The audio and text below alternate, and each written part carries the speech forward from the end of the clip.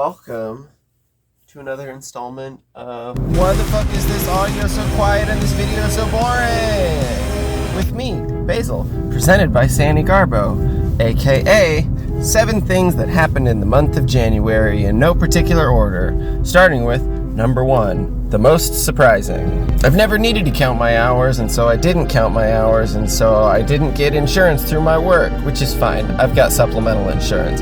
But I have a week of not having medication, so I'm going through anxiety withdrawals. Not having anxiety, not having anxiety medication. Feels weird, but I'll survive. It's all good. Number 2, a persistent experience. The game Tinder.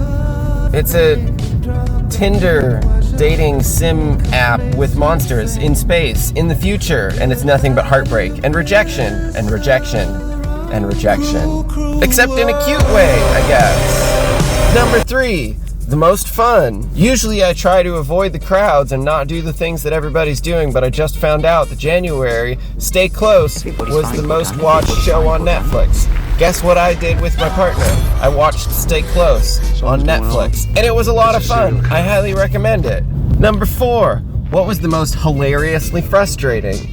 The game Overcooked.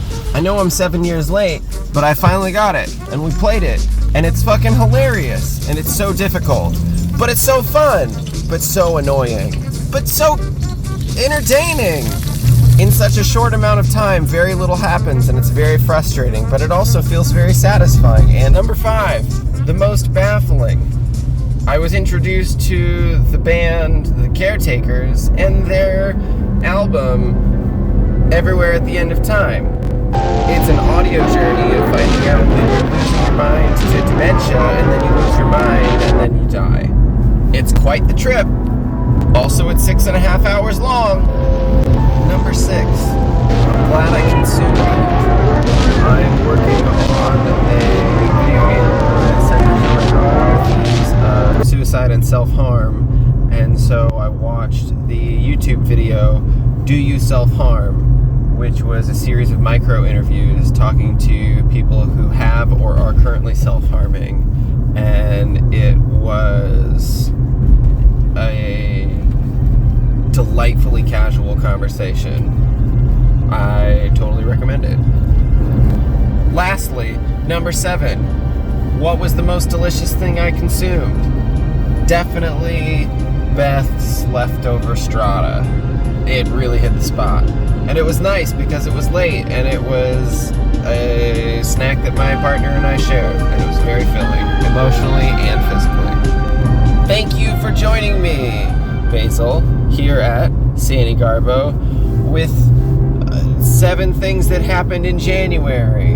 On the way out, let's hear from some honorable mentions, like, what music did you listen to the most? Celestial white noise, because it puts my baby to sleep and also helps turn my brain off, which is really nice. What YouTube channel did you consume the most? Jacob Geller. Hands down, Jacob Geller. What game did you play the most? Still Minecraft. Working on that 3rd episode of Let's Play Normcore, and I got me some diamonds. What was the most visually representational of this month? Technically, sunsets. More technically and specific, the fact that the sunsets were getting later and later in the day. Alright, that's it. We're done. Thank you for joining me. Now get the fuck out of here. Go do something with yourself if you want to. I'm Basil.